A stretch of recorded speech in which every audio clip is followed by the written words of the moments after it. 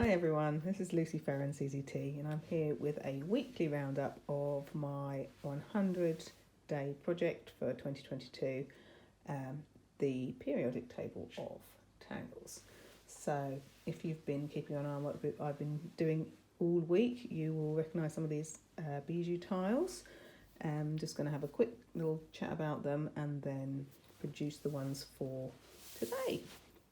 So the idea was that I started with some really basic tangles and I worked through from basic to more complex, but as soon as I started I realised just jumping from one simple tangle to the next simple tangle wasn't really the way to do it, and I realised that actually what I wanted to do was follow a simple tangle and see how maybe it changed and progressed. So that's pretty much how I've been working.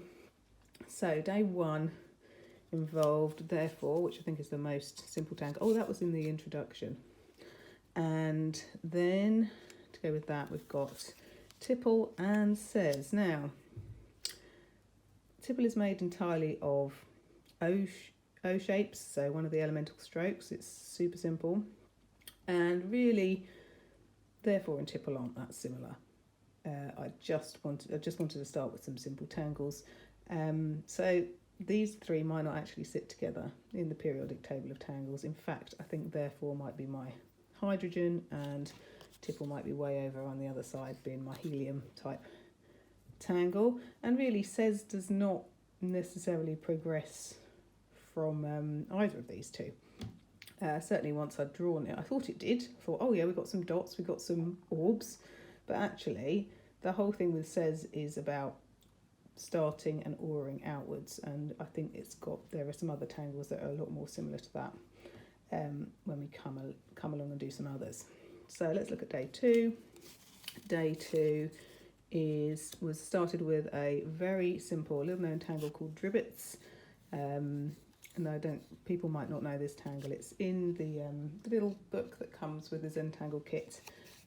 Introduction to Zentangle, and it's so simple it doesn't even have a step out. It's just got some pictures. So it's just dashed lines.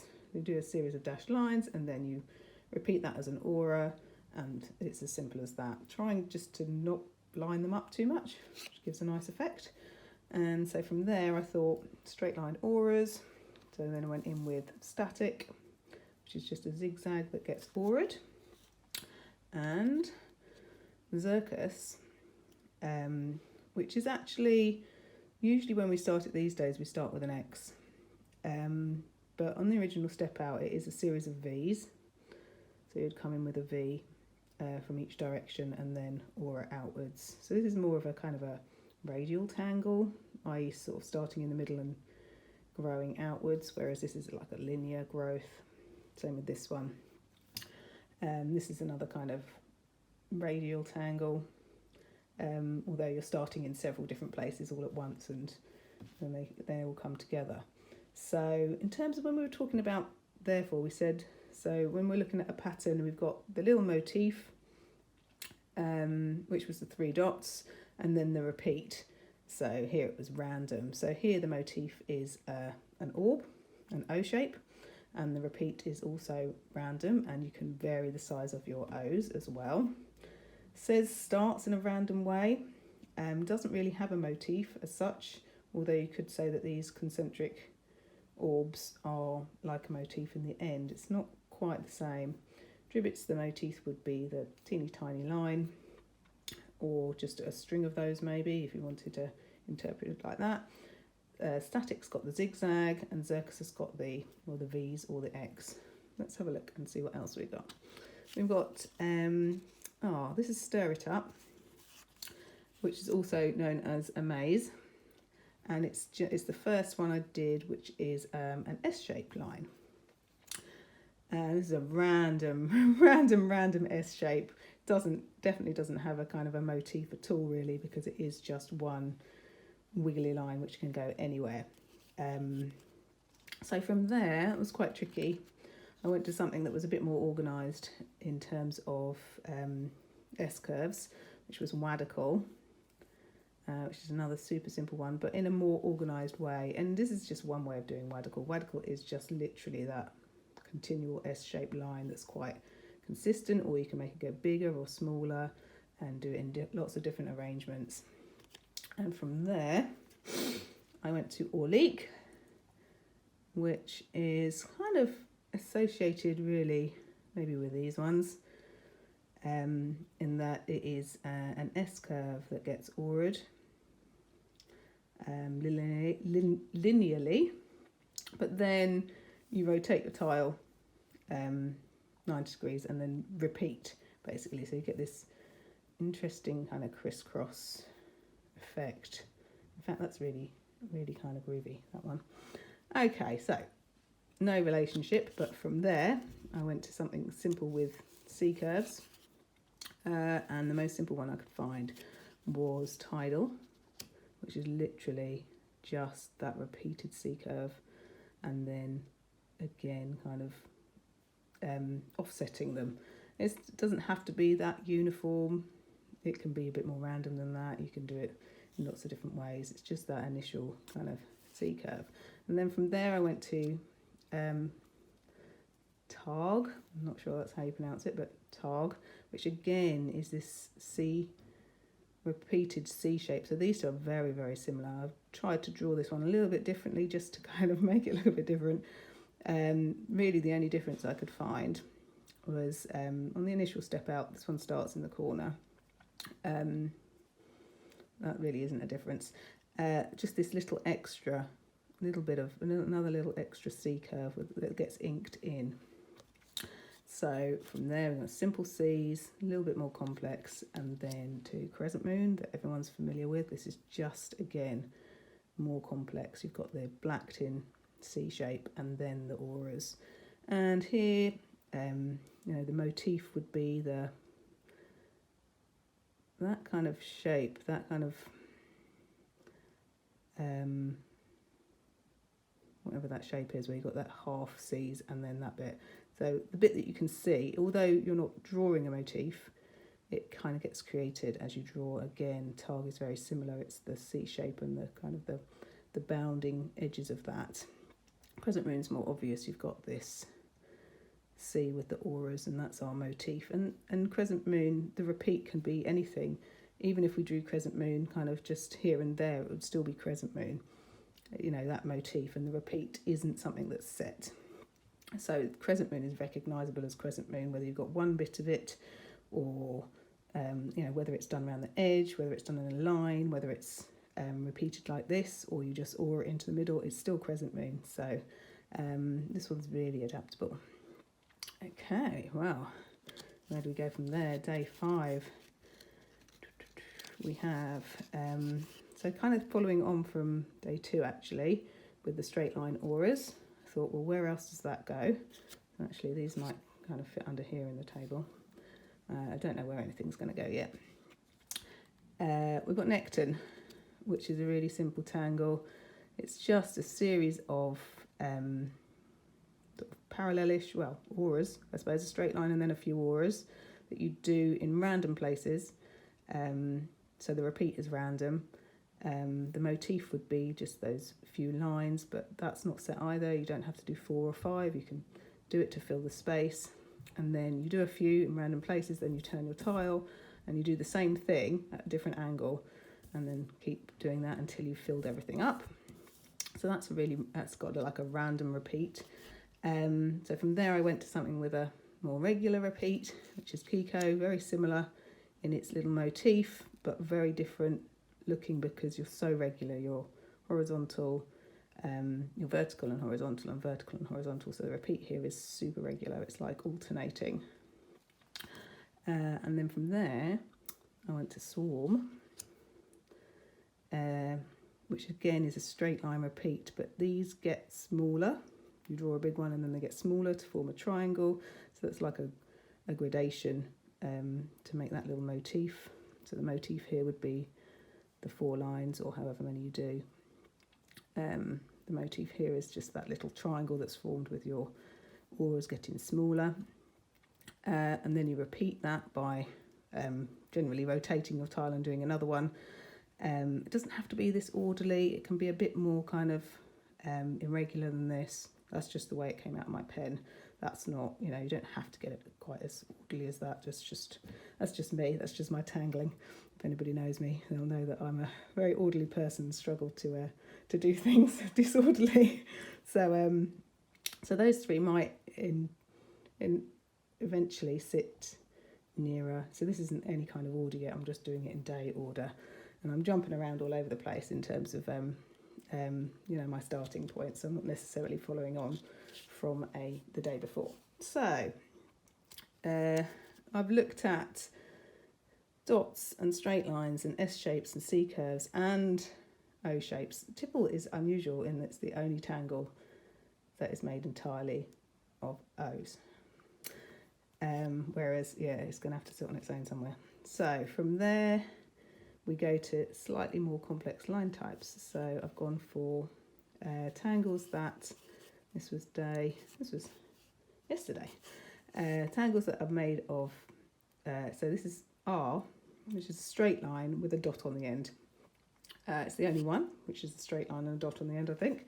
So you can just do one. So if you were just drawing one, that would be your motif, the straight line with the dot. Or you can do several, like I've got here.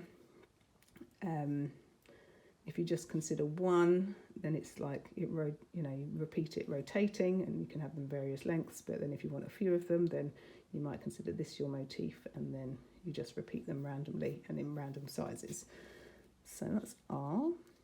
And then a bit of a jump to fescue, which is again a line with a dot on the end, but they can be any shape. They're not straight, they just grow. So this is probably my first organic tangle, apart from tipple, which is quite organic, you know, that looks particularly organic. So yeah, I went from fescue to opus. Now opus is usually drawn with an aura around, but I decided to leave that off because when I looked at the original step outs for it in the newsletter, it was drawn and then the aura was added. So I've just left it really simple. So this is just it's a bit more prescriptive than fescue, which the lines can do anything. So this is generally when you kind of draw it on its own, it has like a linear growth. So you would start in one place and move along, or you can just put them anywhere, random. This is a bit more prescriptive in that you make them kind of spirally, a C curve with a dot, and then they form this, don't know what you'd call it, scroll, maybe, don't know, that comes up one side, very kind of organic in its growth, a bit like a plant would grow on both sides of the stem. So that's opus. And yeah, so you can start to get an idea of what the table might look like, even though this isn't the set positions of it. I've just laid them out day by day. So it will be much bigger than this, much bigger. And yeah, there we go. We'll pack these up and do some drawing for today, which I'm going to do. I'm going to jump somewhere else again today with starting with some grid tangles. So grid tangles, start with the grid, which is, I suppose, straightish lines. So the line type would be straight line, although we hardly ever draw them straight. I think for today I might draw them quite straight. So I was thinking about which ones are the most simple, and I've set up let's just zoom in a bit, set up the little bijous already with the two letter codes that I've decided. And we've got this one, KB, is going to be Knightsbridge, and Z is going to be floors. It could have been FL, but I think there's plenty of other tangles that begin FL, so call this one FZ for floors. And this one's going to be patina. I don't know if that's how you say it, but that's how I say it. Okay, so these two are very, very familiar. I'm just going to quickly draw some floors, and I'll draw some Knightsbridge. I might not colour it all in on the video. Everyone knows Knightsbridge, and then I'll rock through patina, and yeah, I'll just talk about them as I go. So all grid tangles have a grid, which is, so we start with a line. I'll do this one diagonally. A straightish line, or you can make it as curvy as you like, but how do you know whether it's a straight line or a curvy line for your elemental stroke? Well, if you drew it dead straight and the pattern still looked the same, then yeah, surely it really is a straight line in your tangle. You couldn't flatten out the curves in Crescent Moon and still have Crescent Moon, so that's definitely a C curve. So we do like we call that a wide aura. So they're reasonably parallel, and then we turn 90 degrees and repeat to create our grid, which doesn't have to be regular, can be as wonky as you like.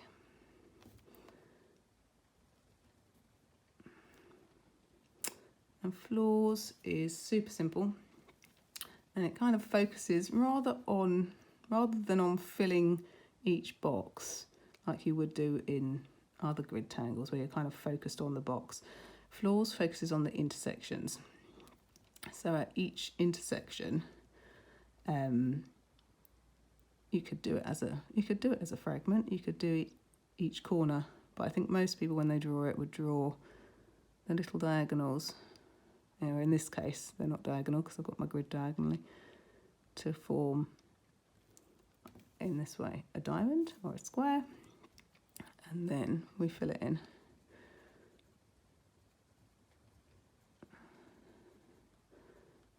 So yeah, you could think of it as a fragment, but I think most people when they draw it, they will draw these little squares or diamonds, however you want to think of it, one at a time rather than filling in box by box. So that's floors. Just rock through that. It's a really quick one.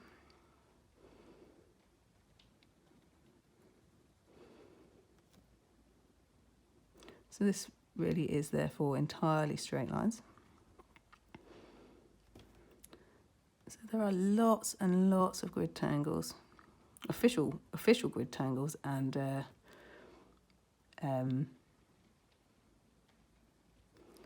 loads and loads of other grid tangles as well that people have come up with. It's just one of those formats that's just ubiquitous. And one of my favourites. So within the grid tangles, there's going to be some that could be a big family in the periodic table. The grid tangles, there's going to be some sub-categories there. So I think one of them might be kind of geometric ones, that just grid tangles just quite often are geometric, and they've got lots of sort of black and white areas, like Knightsbridge really. So that's floors. And Knightsbridge is your absolute kind of standard checkerboard. So I'm going to keep, when I'm doing these grid tangles, I'm going to keep the lines quite straight because they do kind of start as straight lines. So how should we do Knightsbridge? Just a bit of an angle, I think. I'm going to make the boxes a bit smaller just because there's lots of colouring to do. I won't do it all now. So we start in one direction.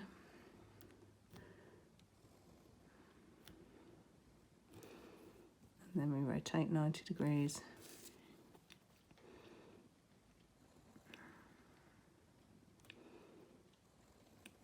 So even though my lines are slightly curved, these are straight elemental strokes.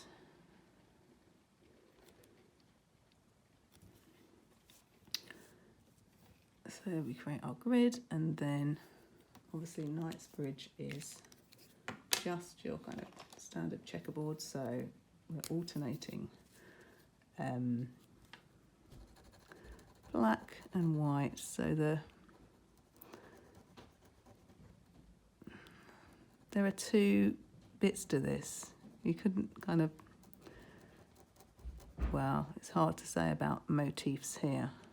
You've got the black square and the white square, or you could say you've got the black square and the absence of the black square, depending on how you look at it.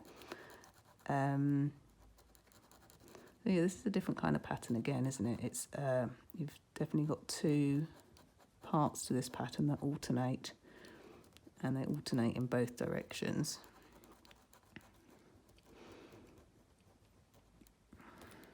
I'm using my 08 here to fill these in.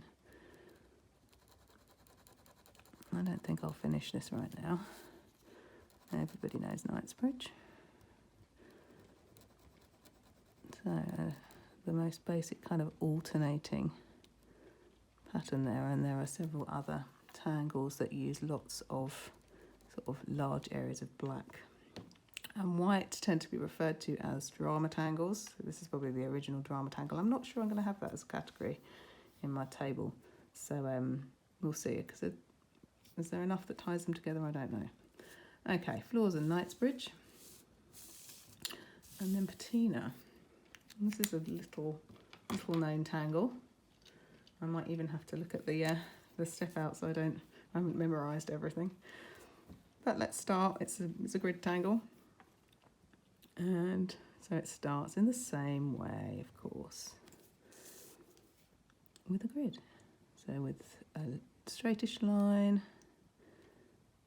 and then the wide auras, if they're called auras when they're so wide apart, I don't know. And then 90 degrees-ish. So maybe I should have made these grid lines a little bit further apart, because patina gets then a diagonal. So there's different ways you could do this. You could do each box. It gets two diagonals, I think. Let me just double check that. In my handy Zenthology. This is not one, you can tell this is not one I use very often. Not even knowing how to pronounce the name properly.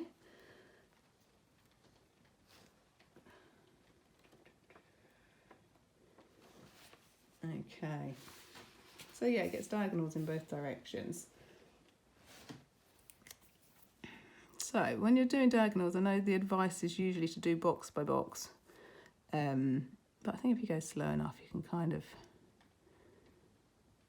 get that going. You might want to, if your grid is quite wonky, you might want to do box by box. So we're running through the corners in this direction. Again, creating, yeah, look, see, I missed the corner there. So good advice to kind of go box by box.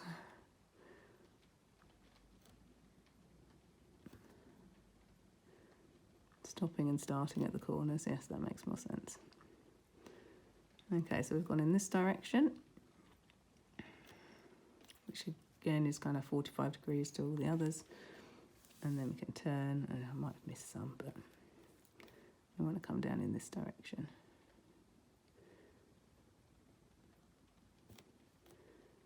Through the corners.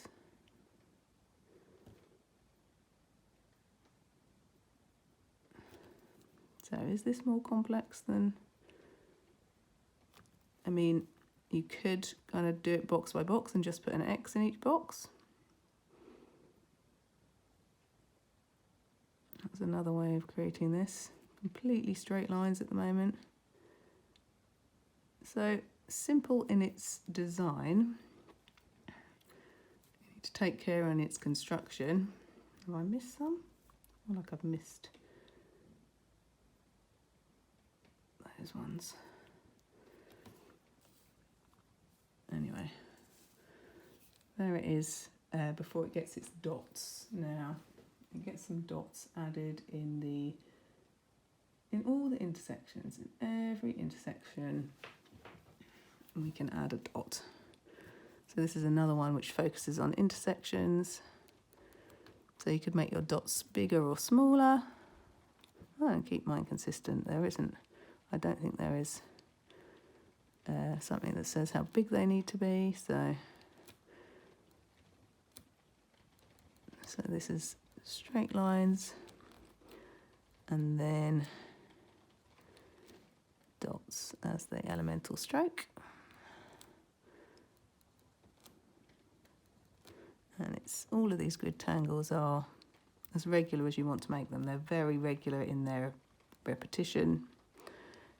Your lines don't have to be straight, so it gives them a bit of irregularity, but the repetition is just exactly the same. So you get your little motif, I suppose. Might be like a fragment of that with all grid tangles, apart from Knightsbridge. Oh, I'm off the screen, sorry guys. Not watching my my own video. Yeah, so it's easy to pull out a fragment for each of these, which is another thing that we might start talking about in a little while, fragments. But you don't always have a fragment because you don't always have like a square or a triangle or an orb that is filled with something in each tangle. So you can't always get a fragment of each tangle. So yeah, there's my first 3 grid tangles, what I would consider the most simple grid tangles, and we will be progressing from there. Well, thank you for joining me. Sorry if my video skills aren't very hot yet. We'll get there. And I will do another roundup kind of this time next week. And watch out for the daily photos of all the different tangles that I'm drawing if you're interested, or you can catch the video next week. Okay, take care everybody. Bye.